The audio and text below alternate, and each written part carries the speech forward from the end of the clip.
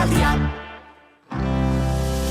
Gente, garenataz kontziente, batera ondo pasatzea, iraultza izan daiteke. Gente, garenataz kontziente, batera ondo pasatzea, iraultza izan daiteke.